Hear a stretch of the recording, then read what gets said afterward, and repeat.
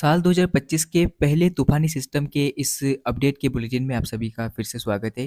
वर्ष 2025 का आगमन जल्द होगा, लेकिन हम बात करेंगे पूर्वानुमान के तौर पर कि क्या आगामी समय में परिस्थितियाँ रहेगी सिस्टम को लेकर, जो तूफ़ानी सिस्टम बनने की संभावना नज़र आ रही है, उसके ऊपर हम इस वीडियो में बात करने वाले हैं।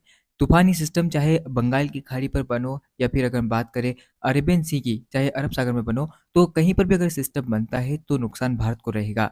भारत में बारिश और हवाओं की स्थिति काफ़ी तीव्र रहेगी, इसके साथ ही नुकसान की आशंका में रहती है। तो तूफ़ान चाहे अरब सागर में बने, चाहे बंगाल की खाड़ी पर, नुकसान रहेगा। तो इसे हम बात करेंगे कि किस तरह से सिस्टम बन सकता है, कितना ताकतवर होगा और ये साल 2025 का पहला तूफ़ानी सिस्टम हो सकता है, जो कि जनवरी महीने में बन रहा है। जनवरी महीने के दूसरे सप्ताह में आपको अगर मैं दिखाने की कोशिश करूँ, तो आप मॉडल में देख सकते हैं, जीएफएस मॉडल है और ये पूरी तरह से बता रहे हैं कि सिस्टम का रुख कैसा रहेगा। आप देख सकते हैं कि हिंद महासागर और उससे सटे हुए बंगाल की खाड़ी के ऊपर लगातार सक्रियता बढ़ेगी और उम्मीद ये है कि सक्रियता का जो सिलसिला है वो 4 जनवरी से बढ़ता हुआ हमें नज़र आएगा। और इस दौरान हम देख पाएँगे कि आप मॉडल में देखिए किस तरह से लगभग 7 और 8 जनवरी के आसपास यहाँ पर एक निम्न दबाव का क्षेत्र डेवलपमेंट होता हुआ नज़र आ रहा है, आप देख सकते हैं। और यही सिस्टम आगे चलता हुआ काफ़ी ज़्यादा प्रभावित होता हुआ भी हमें नज़र आएगा। यानी कि लगातार इसके अंदर जो इंटेंसिटी है वो बढ़ती हुई हमें नज़र आएगी। और अभी जो उम्मीदें हमें नज़र आ रही है उसके अनुसार अगर हम देखें, तो सिस्टम निम्न दबाव के बाद डिप्रेशन का रूप भी ले सकता है और हो सकता है कि भारत की ओर भी आ जाए, ऐसी संभावना हमें नज़र आ रही है। तो साल 2025 के आगमन के बाद तुरंत दूसरे सप्ताह में एक सिस्टम बनता हुआ हमें नज़र आ रहा है और ये सिस्टम प्रभावी होने होता हुआ भी हमें नज़र आ सकता है।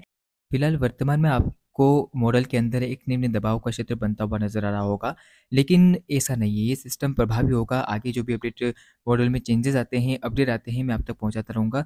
ये तो छोटा-सा अपडेट था लगभग 2 से 3 मिनट का, लेकिन अगले वीडियो में बात इसके ऊपर स्पष्ट करेंगे कि क्या ये सिस्टम रहेगा, इसकी इंटेंसिटी, इसका ट्रैक क्या कुछ रहेगा।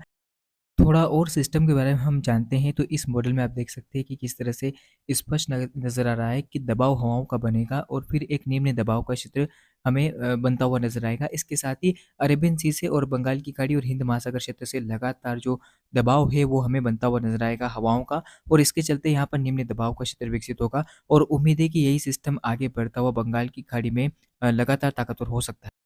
इस दौरान बारिश की गतिविधियां मध्य भारत पर आपको देखने को मिलेगी। मध्य प्रदेश, राजस्थान के पूर्वी हिस्सों में और उत्तर प्रदेश पर बारिश का जो दौर है वो हमें नज़र आएगा। यानी कि अगर हम बात करें 5 से 10 जनवरी के बीच में, तो यहाँ पर मध्य प्रदेश, गुजरात, राजस्थान पर बादल रहेंगे और तीसरे लगभग 8 और 9 जनवरी के आसपास बादल काफ़ी ज़्यादा बढ़ जाएंगे और 10 जनवरी से यहाँ पर साइक्लोनिक सर्कुलेशन बनेगा, जिसके चलते बारिश की गतिविधियाँ उत्तर प्रदेश, मध्य प्रदेश के बॉर्डरवर्ती इलाकों पर आपको देखने को मिलेगी और साथ ही हवाओं का काफ़ी अच्छा प्रदर्शन रहेगा। बादल पूरे ही मध्य भारत के राज्यों पर हमें दिखाई देंगे। तो आप मॉडल में देख सकते हैं किस तरह से बादलों की स्थिति हमें नज़र आ रही है।